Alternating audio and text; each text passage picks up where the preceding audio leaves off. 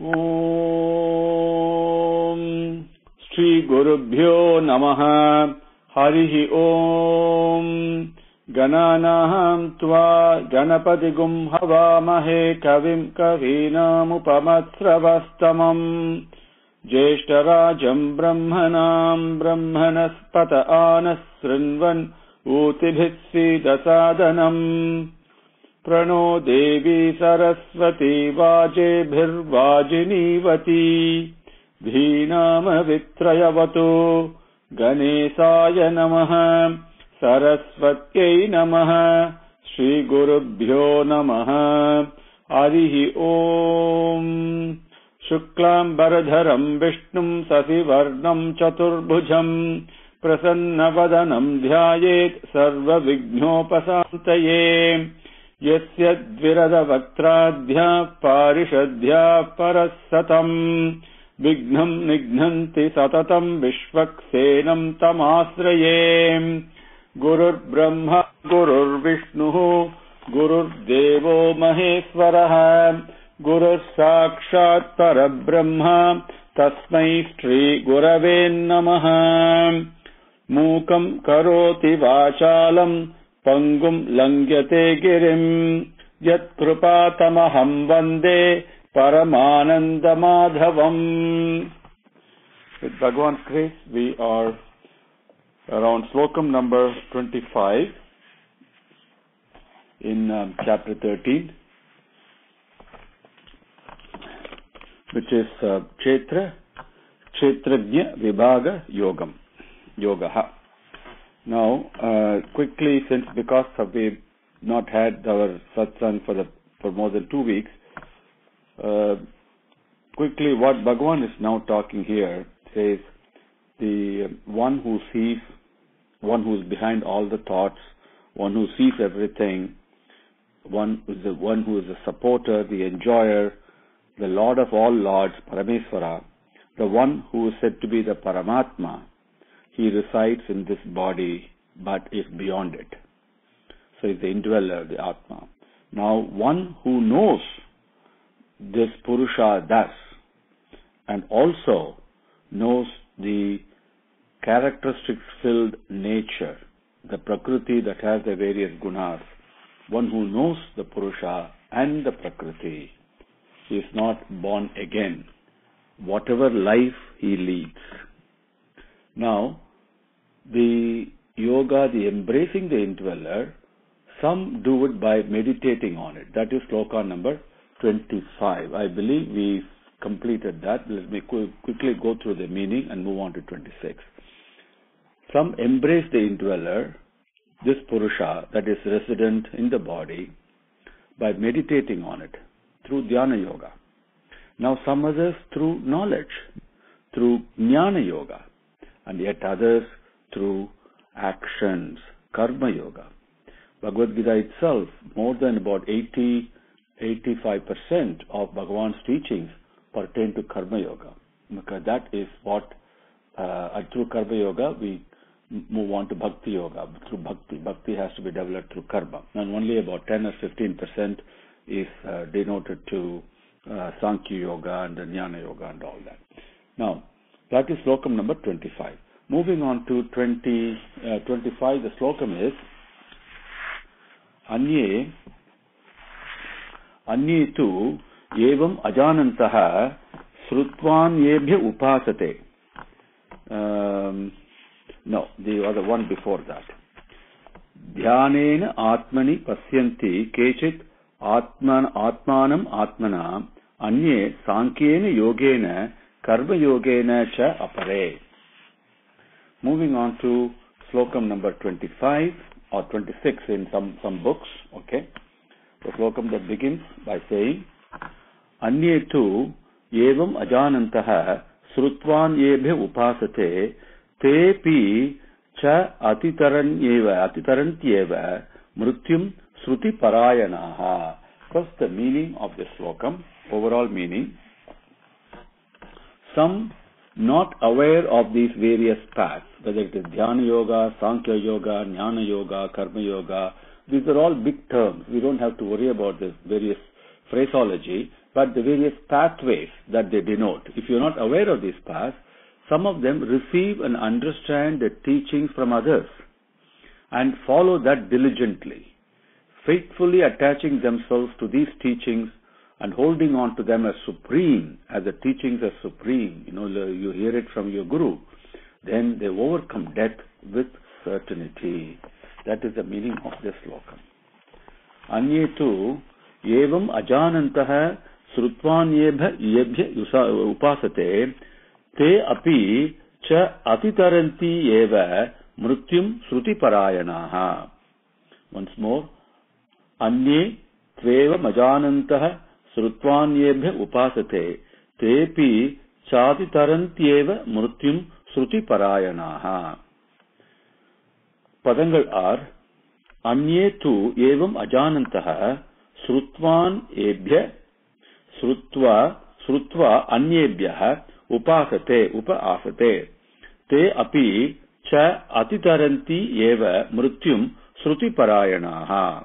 Anye tu, yet others, evam thus, ajanantaha, not knowing. But when they don't know, anyebhyaha, from others, from elders, from teachers, from who know, anyebhyaha, srutva means, one meaning is listening. But when you actually listen, you actually learn. So srutva also denotes learning from.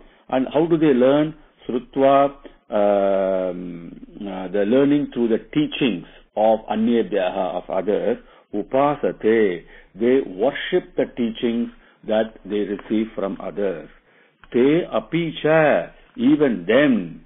Sruti parayanaya. Parayana means something that is one with it. It is so supreme. That's what we mean by Parayanam. Parayanam comes from Parayana. Parayana is an activity where you worship something that is very sacred, something that is very supreme. So Shruti Parayana, the teachings that they understand from others and considering that as supreme. Mrityum, death. In this case, death, Mrityu means death. But what causes death? The various types of life that we lead always result in death. Right? It denotes both the death as well as the life that leads to it. Atitaranti eva. Atitaranti, to go beyond, to cross over. Eva, for sure. Anyetu evam ajanantah srutvan ebhya upasate tepi chati tarantyeva mrutyum sruti parayanaha. Next slokam. Bharatarshava, whether it is an animate or inanimate object, whatever appears, know that to be born in the oneness of Kshetra and Kshetrajna. Yavat sanjayate kinchit sattvam sthavara jangamam Kshetra Kshetrajna samyogat tat vidhi Bharatarshava.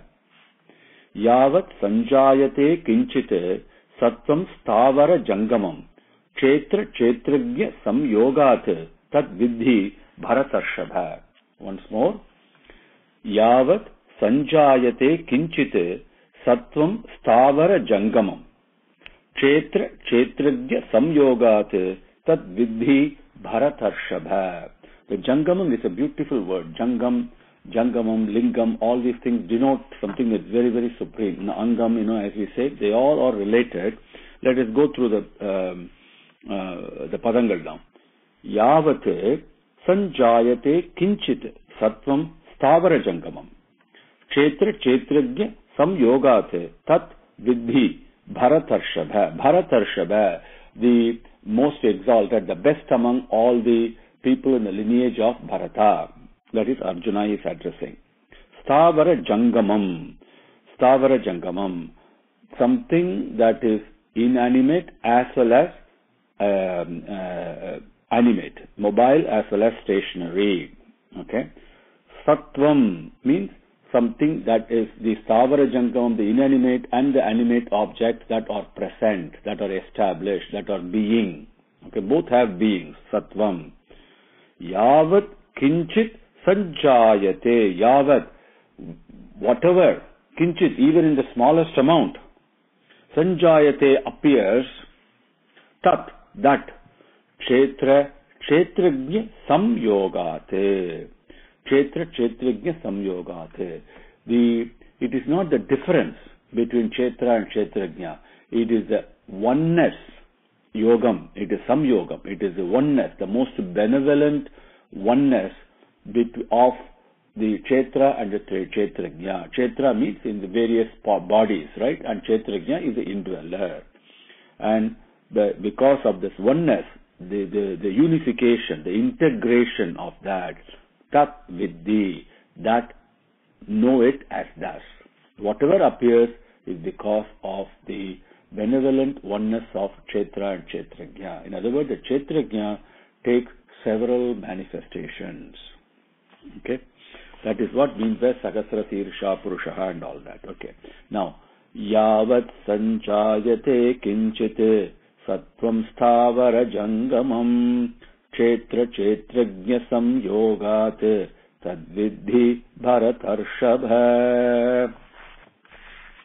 So applying this on a personal basis, you, me and everything else is because of this kshetra kshetrajna samyogam. When we look at ourselves like that, automatically we turn our attention and focus to the indweller, the kshetrajna that is present within us.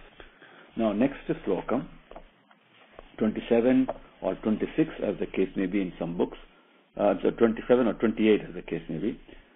He who experiences the indestructible entity in all destructible things, the Lord of Lords established as the indweller in all things, he embraces me. Now we are talking of yogam, embracing the indweller. That's what Bhagavan is talking about. Samam sarveshu bhuteshu tishthantam parameswaram vinasyati swavinasyantam yaha pasyati sa pasyati. Samam sarveshu bhuteshu tishthantam parameswaram vinasyati swavinasyantam yaha pasyati sa pasyati. So vinasyatsu avivinasyantam, that is the way that should be broken up, and we'll come to the padam in a minute. Samam sarveshu bhuteshu tishthantam parameswaram vinasyatsu avivinasyantam yaha pasyati saha pasyati. Padangal are samam sarveshu bhuteshu tishthantam parama iswaram vinasyatsu avinasyantam yaha pasyati saha pasyati. Samam sarveshu bhuteshu, meaning is very clear. In all the beings, samam is the same oneness, not equal, but the same oneness, the same one thing that is present, like the string in a garland, right, of flowers. Tishthantam, established. Vinasyatsu means things that disappear, that get destroyed. And avinasyantam, among all the things that get destroyed, that appear, that are temporary, appear and disappear and appear and disappear, there is something that is there without getting destroyed. That is avinasyantam. That's something that does not disappear, that does not get destroyed. Who's that? Parameswaram, the Lord of Lords. Okay. Yaha, who pasyati. So he knows, he experiences. Pasya means to see. To see does not mean to see with our physical eyes. To know through the inner eye, the experience that we get, the knowledge that we get through experience is actual seeing. So yaha pasyati, yaha parameswaram pasyati, who sees this Lord of Lords, that person, saha, he is the one who pasyati truly sees. He is the one who truly knows.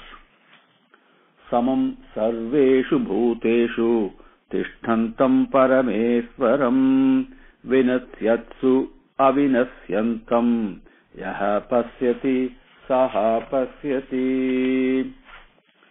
Slokam number 28-29.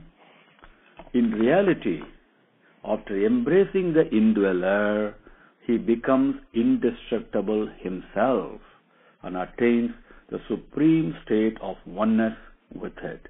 Embracing the indweller, I know him, I experience him, then I merge in him. I lose my false identity in merging with him. It's called sayujyam. What happens at that time?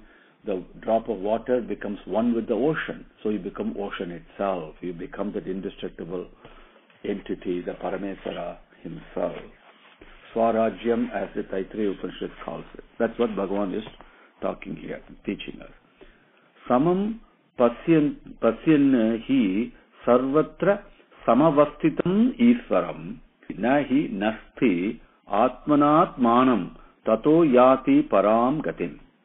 Samam pasyanhi sarvatra samavastitam Iswaram nahi nasyati atmanatmanam tato yati param gatim.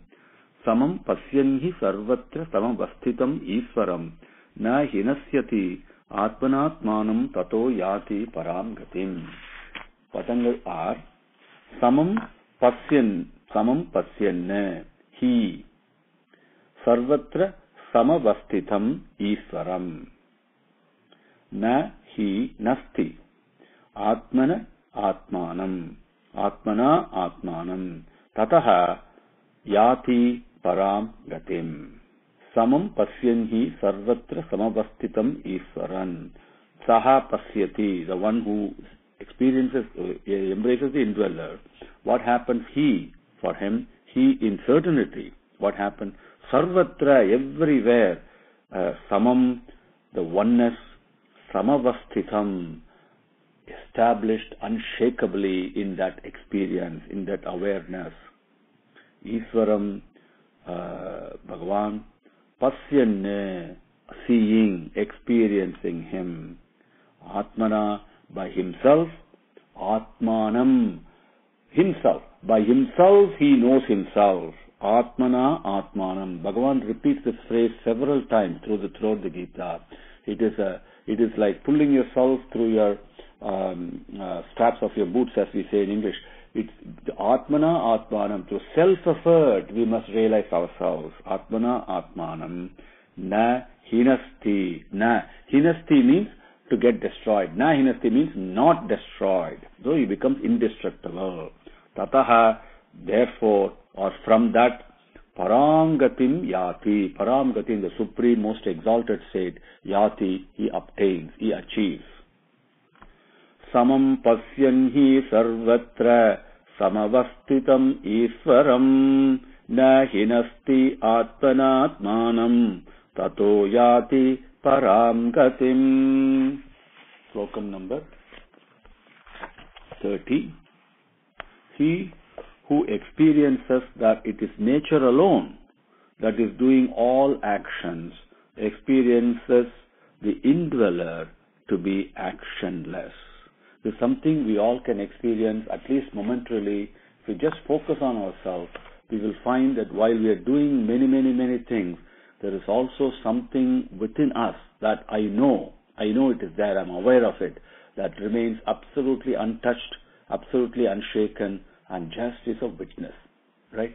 That is what Bhagavan is talking about. That indweller is truly actionless. It's only the Prakriti that does all the actions, as we saw in Bhagavan taught us in chapter 3. Okay? Prakrityaiva cha karmani kriyamanani sarvasaha yaha pasyati tatatmanam akartaram saha pasyati. Prakrityaiva cha karmani kriyamanani sarvasaha yaha pasyati tatatmanam akartaram sa pasyati. Prakrityaiva cha karmani kriyamanani sarvasaha yaha pasyati tatatmanam akartaram saha pasyati. Padangal are Prakriti eva cha karmani kriyamanani sarvasaha yaha pasyati tata atmanam akartaram saha pasyati. Prakritya eva is only through Prakriti, only through nature. Sarvasaha karmani, all actions. kriyamanani, or being carried out, being done. Thus, yaha, who pashyati, sees or knows or becomes aware of, saha, he, tata, from that awareness, from that knowledge, from that itself, atmanam, the indweller, the true self that he is, he finds that akartaram, the indweller is akartaram, actionless, does not do any actions, akartaram. Thus, he pasyati, he understands, he sees, becomes aware of, he sees that, he knows. Prakrutyaiva cha karmani kriyamanani sarvasah yaha pasyati tatatmanam akartaram saha pasyati. Slokam number 31.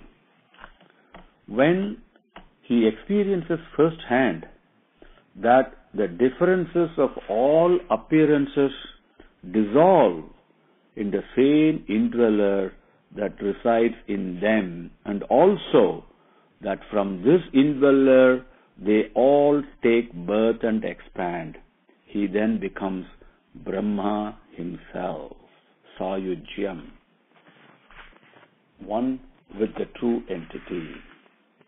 Yada bhuta prutak bhavam ekastham anupasyati tataeva cha vistaram Brahma sampadhyate tada.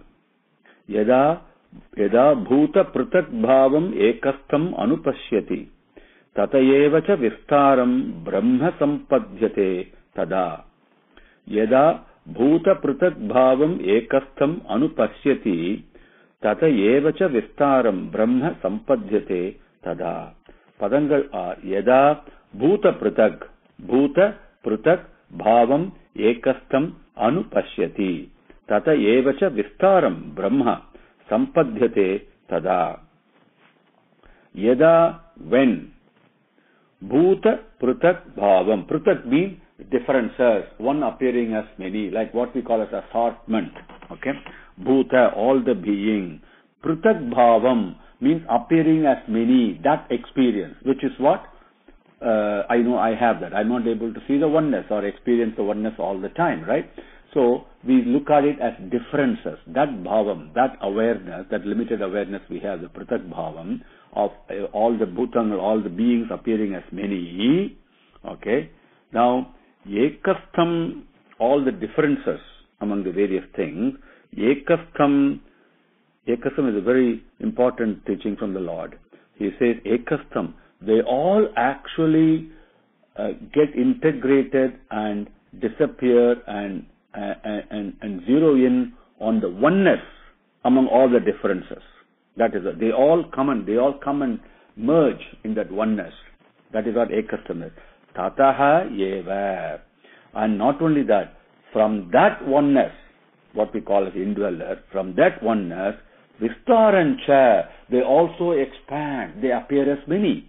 The various appearances all go back to and disappear in the oneness, and the oneness again appears as many. Vistarancha, tataha eva vistarancha, anupasyati, not just pasyati, anupasyati, he knows that through personal experience, anupasyati, from anubhavam, he realizes that, tata, at that time, Brahma sampadhyate, he becomes Brahma himself. Sampadhyate, becomes Brahma. Brahma is just not an entity. Brahma means the most expansive awareness and consciousness. Okay, that is what Brahma means.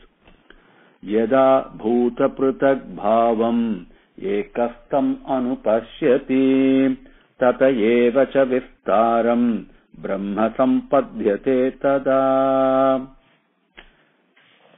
Slokam number 32.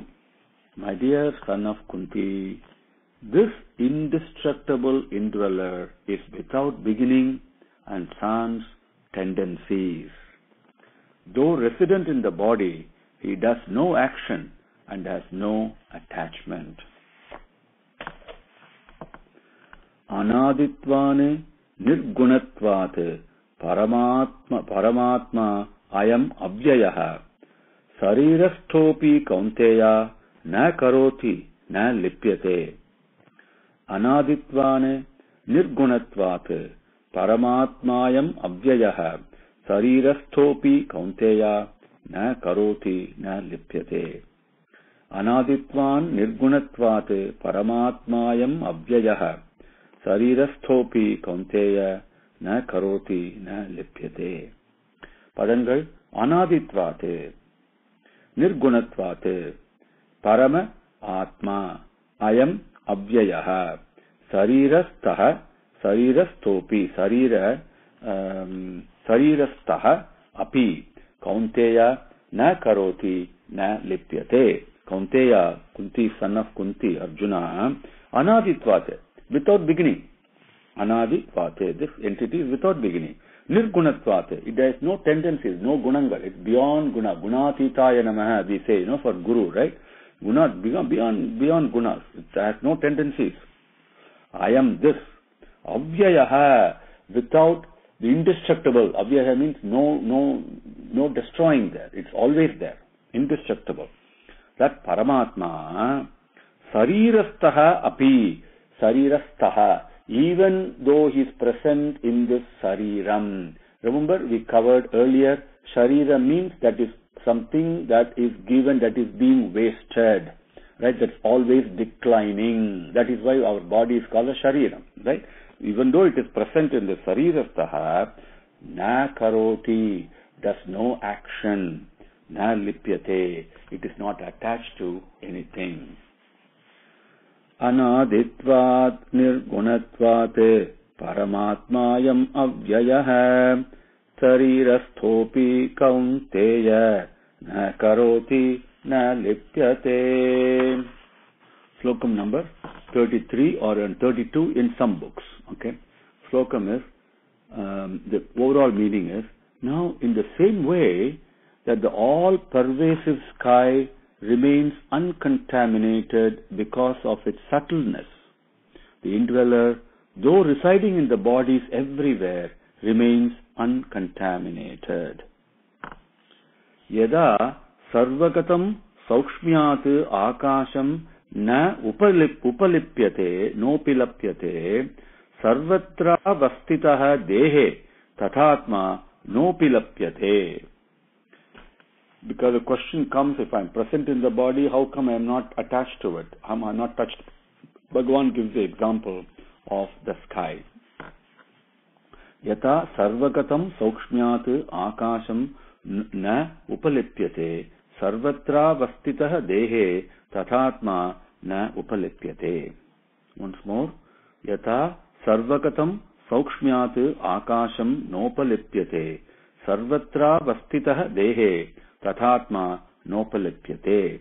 Padangal are yatha sarvagatam saukshmyat akasham na upalipyate sarvatra vastitah sarvastra avastitah dehe tatha atma na upalipyate. Yada, how, in which way? Sarvagatam, present everywhere. Akasham, the sky. Saukshmyat, sukshmam, that subtleness, because it is so subtle, we can't put our hand on, I can put my hand on my body or the earth, right, or a piece of sand or leaf or whatever, stone or whatever, but I can't put my hand, I can't really do anything with Akasham. It is so subtle. Because of its subtleness or subtlety, na upalipyate, it is not polluted, it is not touched, even though there is smoke maybe rising up, even though there may be so much sound coming up, whatever happens, the sky remains absolutely untouched by that. Na upalipyate, it is not touched or it is not polluted, contaminated in any way. Tada, in the same way, Atma, the indweller, Dehe, present in this body, residing in this body. Deham, as we saw, is something that is subject to burning, being burnt. Okay, Dahanam, that is why it is called Deham. So, Dehe, the Atma present in this Deham, Sarvatra, in all places, Avastitaha, completely present. Even though it is present everywhere, in all the various bodies, it is na upalipyate. It is not contaminated or polluted or touched by these various appearances. Yata sarvagatam saukshmyat akasham nopalipyate sarvatra vastito dehe tatatma nopalipyate. Slokam number 34. My dear Bharata, in the same way, the single sun illuminates all the worlds. The one indweller illumines all the bodies. We are able to experience everything because everything is shining by this Atma. Sarvam Sajivam is what Bhagavan says in another place. Okay, Sarvam Sajivam. Even a stone has got life. Okay, nothing is without this Chaitanya, the Bhagavan's life force. Nothing is without it. Yata prakasayat ekaha krishnam lokam imam ravihi kshetram kshetri tata krishnam prakasayati bharata. He is explaining. Bhagavan is teaching us with examples. Yata prakasayat ekaha krishnam lokam imam ravihi kshetram kshetri tata krishnam prakasayati bharata. Once more. Yata prakasayati ekaha krishnam lokam imam ravihi kshetram kshetri tata krishnam prakasayati bharata. Padangal are yatha prakasayati ekaha krishnam lokam imam ravihi kshetram kshetri tata krishnam prakasayati bharata. Bharata, yada, in which way, ekaha ravi, the one sun, imam krishnam lokam, imam, this, krishnam lokam, all the worlds, the whole universe. Prakasayati, illumines it, shines it, makes it appear, right? Illumines it. Tata, in the same way, kshetri, the indweller, the kshetrajna, the one who is present residing in the kshetram, he is called a kshetri. Krishnam kshetram, in the various embodiments, in the various vehicles, right, in the various kshetras, prakasayati, he illumines them. Yata prakasayat ekaha krishnam lokam imam ravihi kshetram kshetri tata krishnam prakasayati bharata. The last slokam in this adhyayam.